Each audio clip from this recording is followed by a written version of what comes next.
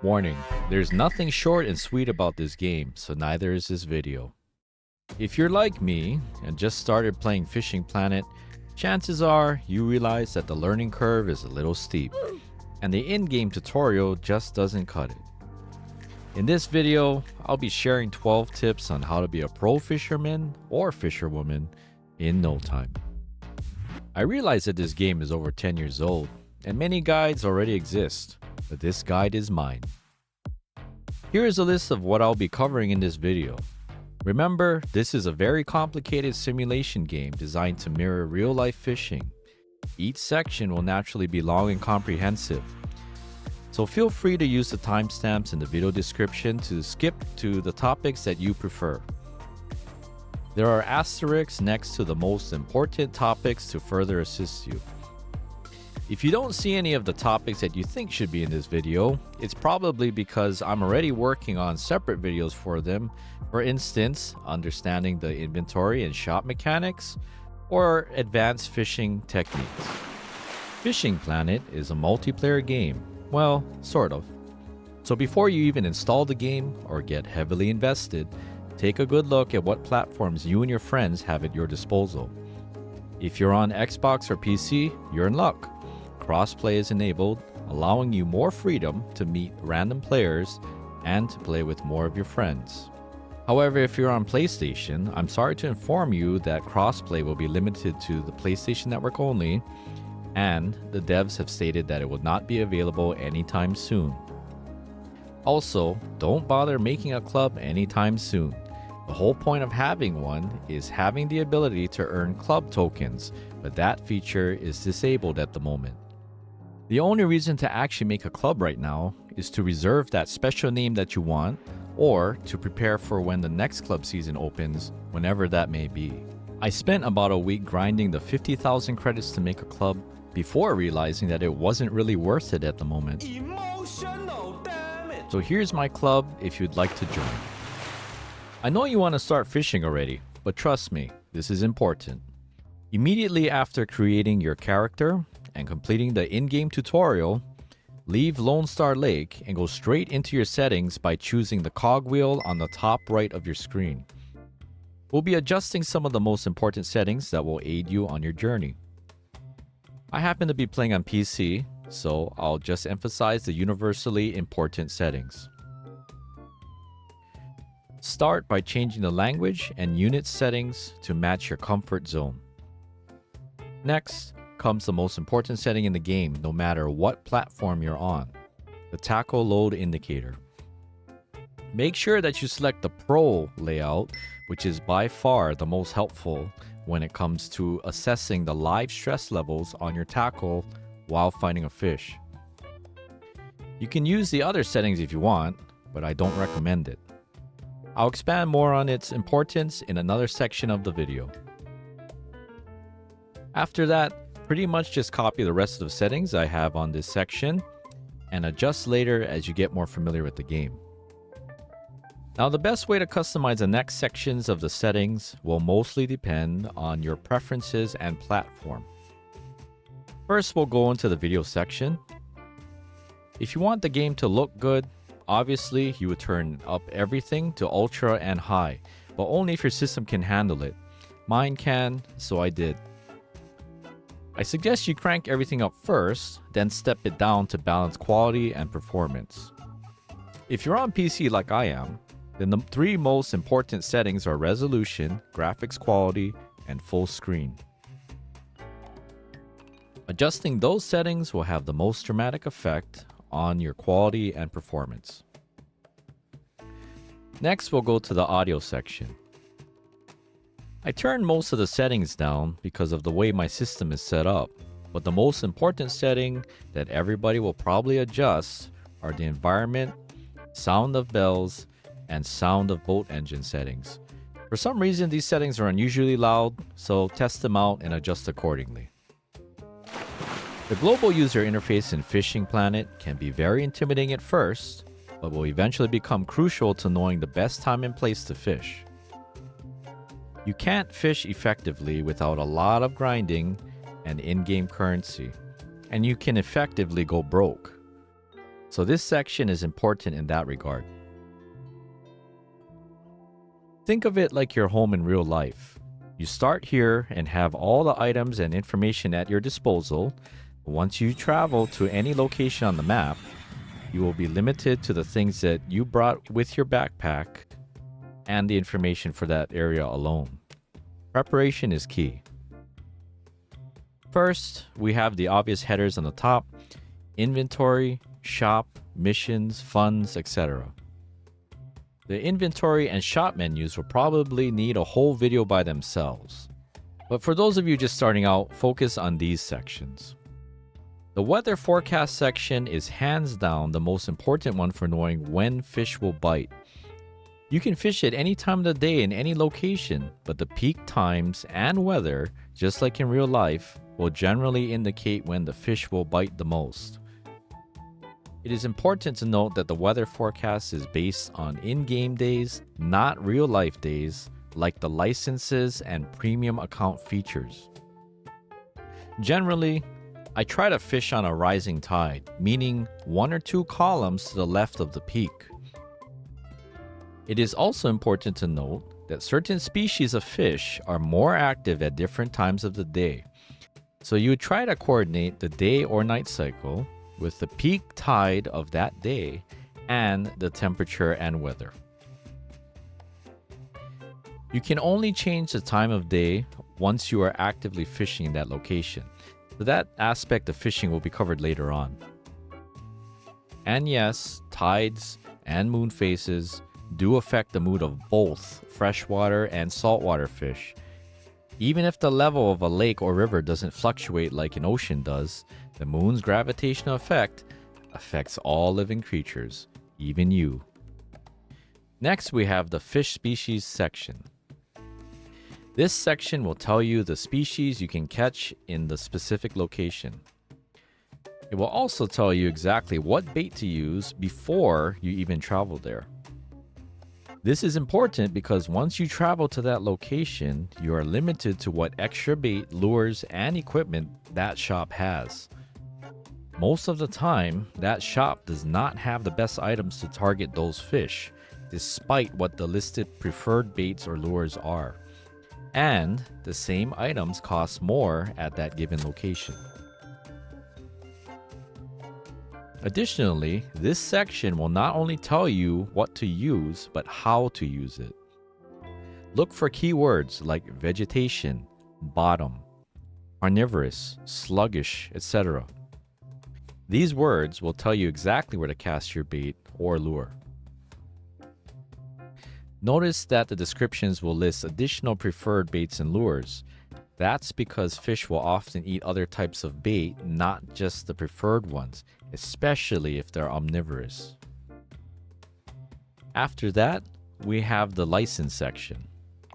Just like real life, you often need to purchase a license before being allowed to fish in a specific state or country.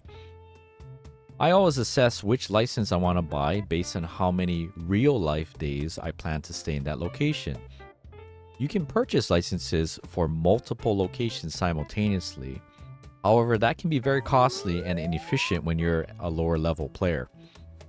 You're better off focusing on 1 or 2 locations and focusing on the species with the highest credit value. Usually, the biggest fish are worth the most. If you want to risk catching a fish without a license, do so, but be aware that there is a 50-50 chance that you will have to pay a fine for each fish you catch. It makes more sense to just buy the license and not play the RNG game every time you catch a fish. Lastly, we have the travel cost section. As a beginner, this feature caused me to waste the most money, so pay close attention to what I'm about to tell you. This globe interface basically represents us sitting in our home in Lone Star Lake. We don't pay any money to sit here and think about where we want to go fishing, kind of like sitting on your computer and looking at travel websites before you actually go on a trip. However, once we leave our home and travel somewhere, like let's say Lesney Villa, there's an initial travel cost listed as transfer, which is similar to buying a round-trip plane ticket. Then there's the day fee, which is like room and board for each in-game day you stay there. You only have to pay the transfer fee once, but the moment you hit the leave button, the game basically teleports you back to Texas, meaning if you want to go back to Lesney Villa, you have to pay the transfer fee again. It doesn't seem like much money now, but for some of the later locations, the fees become astronomically higher and will drastically reduce your profit margins. This game is extremely grindy, so my advice to everyone would be, don't travel to high-cost areas until you have enough money to cover the transfer fee, license fee, have enough real-life time to make it all back, and have a big enough fish keeper, or else you will go broke like I did. Here's an example of what I'm talking about. A reasonable amount of time would be a minimum of 1 to 3 hours per session. Assuming you go during peak hours, you're using the right tackle, and target the most valuable fish. Then you should have no problem making a profit. Also, don't make the mistake of going to a location and leaving every time that your fish keeper is full. Simply fast forward time, ideally to the next peak fishing time, and your fish will automatically be sold. Additionally, the game will automatically charge you for extending your stay, so don't bother paying for the extra days ahead of time, especially if you don't know how long that gaming session will actually be. None of this will make sense now, but you'll thank me later once you start progressing further into the game. Now let's travel to Lone Star Lake in order to move on to the next topic. Okay, so you've done your research, packed your bags, and now you travel to your desired vacation fishing spot. Well, I hate to break it to you, but there are still a few more things you need to know before touching water. The first thing you'll notice is that the location section will have some additional information such as the name of the specific spawn point on the map, the time of day, and what day of the week it is. The spawn points have individual descriptions that will give you further details on what species may be more frequent there. The maps are small, but these details still help to a degree. The time of day and day of the week will help you figure out when to fish and when to skip ahead to the next day. You can't skip ahead on this screen, but while in the act of fishing, you can press these buttons. The second thing is, there's now an additional section on the left called Rooms. If you select it, you will notice that there are several options. Random, New Friends Only, New Private, and you can't see it now, but Create Club Rooms. These descriptions are self-explanatory for the most part, but I would advise you to only choose the random room option if you are new to the game and looking for people to interact with and seek help from. However, be aware that even though you cannot directly affect someone else's ability to fish, trolls still have the ability to harass you, like blocking your vision or spamming in the chat. The last thing we'll focus on is the Missions tab. This feature is important because in this first location, completing missions will make you the most amount of credits in the quickest amount of time. After you leave Lone Star Lake, this is for the most part not the case. No matter which location you go to, the largest, most valuable fish will be your primary source of income, while you simultaneously complete missions for supplemental income. By completing missions, you will also gain an even more valuable currency called bait coins. The only other way to earn bait coins is to win competitions or spend real money. And I don't know about you, but I don't plan on spending money on this game unless I have to. Anyway, you probably couldn't wait and tried to catch a few fish. Cool, no problem. We'll target another fish that you may or may not have landed yet. First, we'll go into the Missions tab. Then we'll select the Lone Star Exploration 1 mission. And finally, track the mission. I already completed the mission, but when you start fishing, it should look something like this. For the sake of this video, I'll create a New Friends Only room in the Home Sweet Home spawn point. Remember we talked about fishing during peak times? You basically only want to fish during peak times in game to maximize your real life gaming time. So let's go ahead and fast forward to the next day's peak time by pressing this button. If you like what you're seeing so far, please hit the like and subscribe button so that I can keep providing you with more content in the future. Okay, we're finally fishing. Wrong. Now we have to use the previous steps and the tablet map to target specific species and start earning money fast.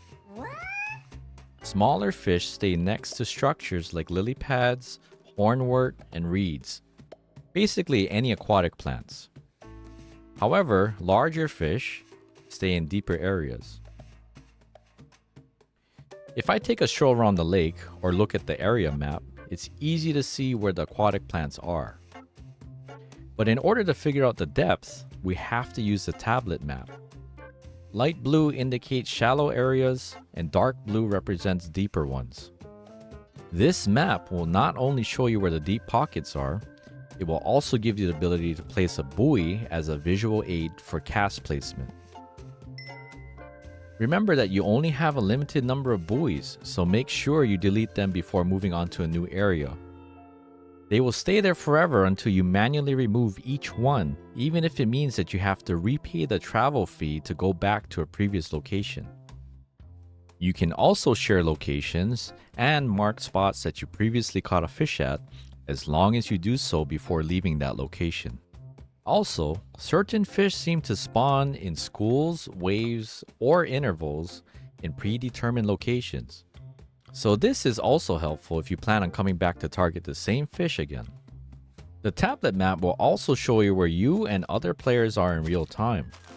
This can be useful if a friend is catching a fish that you are targeting in another part of the lake. You already learned a few things from the tutorial about casting, but now it's time to learn a few more things that I personally wish it went over. First and foremost, make sure you hit the reel button at least once immediately after your bait or lure hits the water, or else your bail will not flip. If you don't do this, fish will be able to take all of your line. If you happen to have a rod holder, the bail will flip automatically once placed on the holder. However, in the early game, you'll be holding the rod by hand, so this step is important.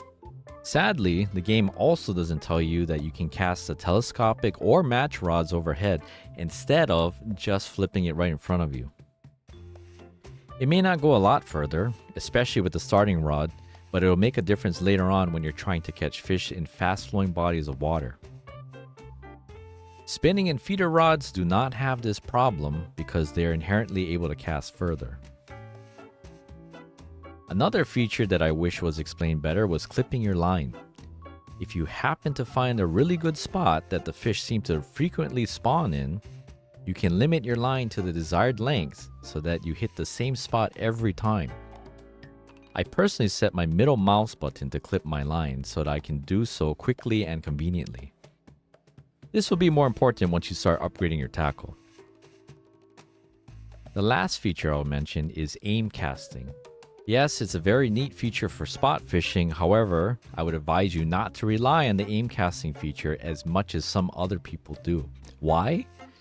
Because once you start having to fight multiple large fish and recasting lines simultaneously, using pure skill and line clipping versus aiming will shave off 1 or 2 seconds in between switching rods. Those 1 or 2 seconds can be the difference between landing all of the fish versus almost all of them. This topic is a little trickier to explain if you don't already know how to fish in real life, but I'll try my best.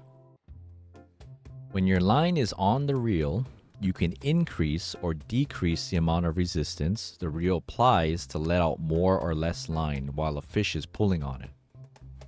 This is called setting the drag. Imagine playing tug of war with a thick rope versus a piece of spaghetti. One will probably not break, and the other is guaranteed to break unless we're gentle with it. Hopefully this gives you an idea about how important drag can be. Even though the tackle we're using is terrible right now, it doesn't matter because we're only targeting small fish.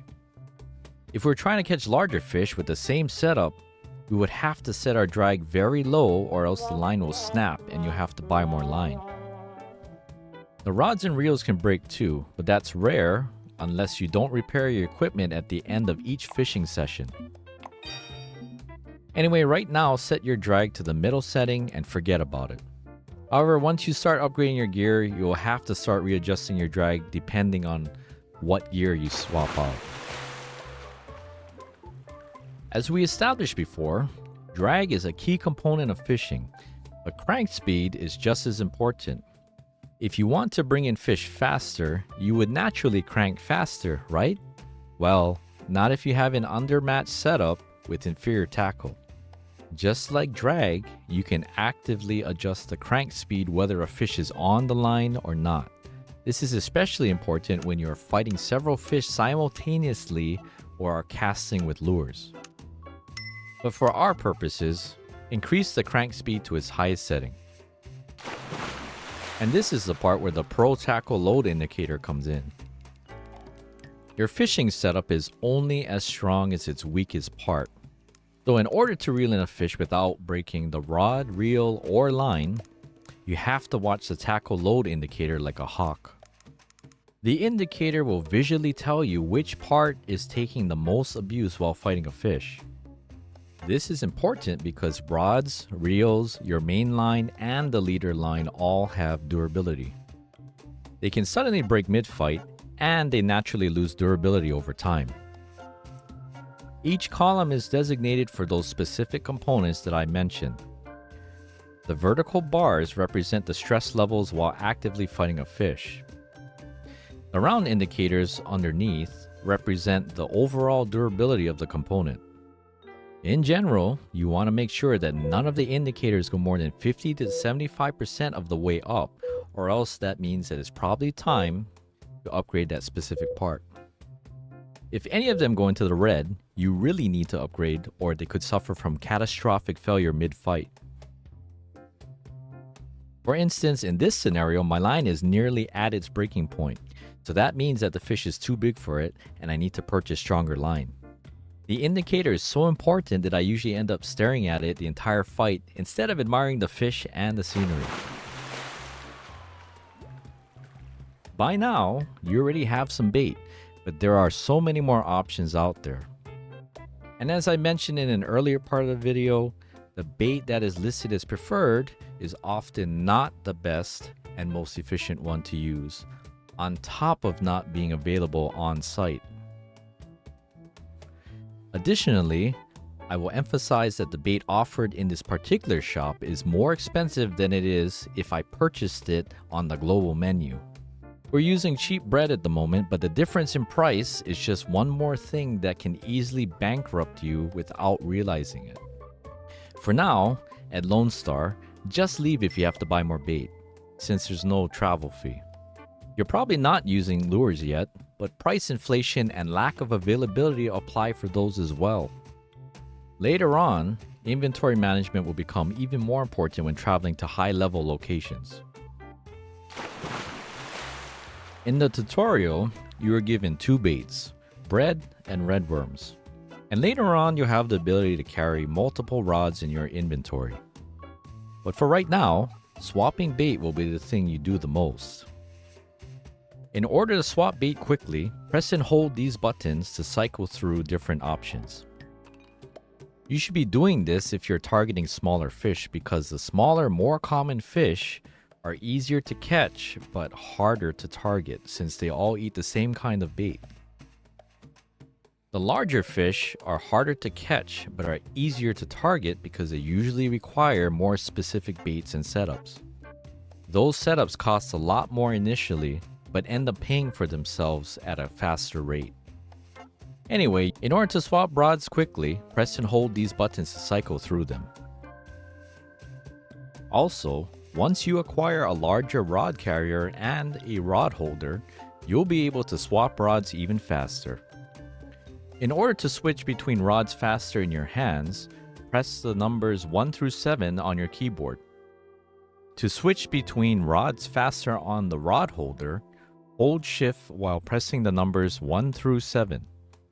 The numbers that will activate rod swapping will be based on how many rods you actually have in your inventory at that time. Just like in real fishing, leader line is an extra piece of line that can be changed out independently of your main line. Thinner, thicker, longer, shorter leaders can be used for different situations, but for right now, we'll focus specifically on the length. The length of the leader will determine where your bait will sit in the water column. This is important because certain fish like to stay at certain depths. Here's an example of what I'm talking about.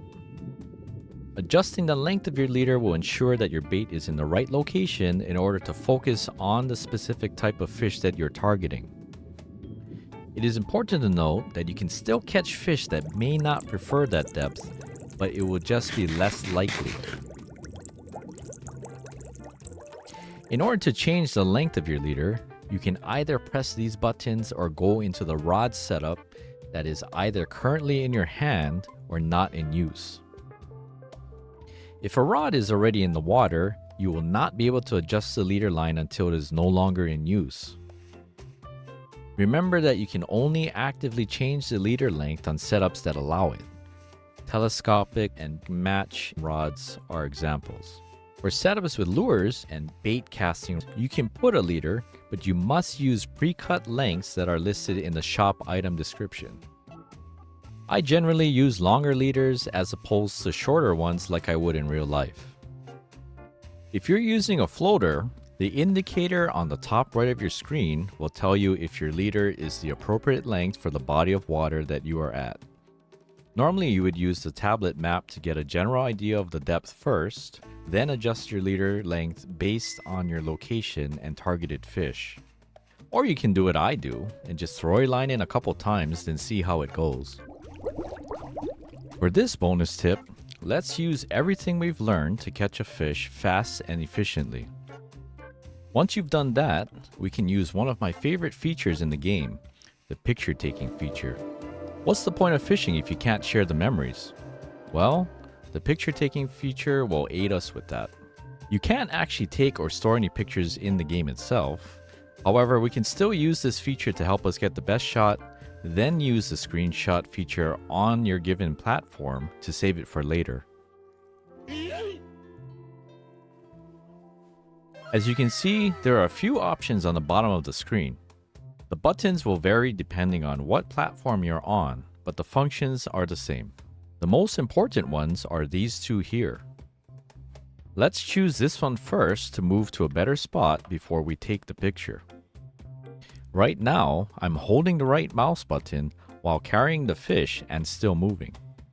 It's a very slow process, but worth it if you're trying to get that perfect shot. Next, we'll choose this one to actually take the picture. Now you'll notice that we have a few more options on the bottom right of the screen. These additional features will allow you to get the best angle for the shot. Remember to keep the light source behind the camera for the best shot. Nice. Also, zoom out a little or pan the camera to include some of the scenery. The end shot will come down to your preference. I like this angle, so I'll take a picture with these buttons on my PC. Awesome! Now you're an expert and you have the pictures to prove it. Well done. The last tip I'll give you before we conclude this video is to remember, this is not a fishing game. This is a fishing simulator. That means, just like real fishing, you have to put enormous amounts of time and/or money to achieve anything significant. The grinding in this game is akin to maxing out a character in an MMORPG. But if you do the research and accumulate the most appropriate gear, you'll spend less time grinding out each specific task. Of course, you could always buy stuff with real money, but that's not as fun, nor does it provide the same sense of accomplishment. But if you must, go ahead and upgrade your account to premium. Well, that basically covers all my personal tips for beginners, specifically those of you who just installed the game. I did not mention anything about the inventory and store mechanics because they confuse people the most and require a video dedicated to their complexity. I will also be working on tutorials for advanced tips as well, so sorry if you're hoping for those. This video took a very long time to make, but it was all worth it if it at least helps one person out there other than myself. If this video did help you, please like and subscribe. And thank you for watching. I'll see you on the next one.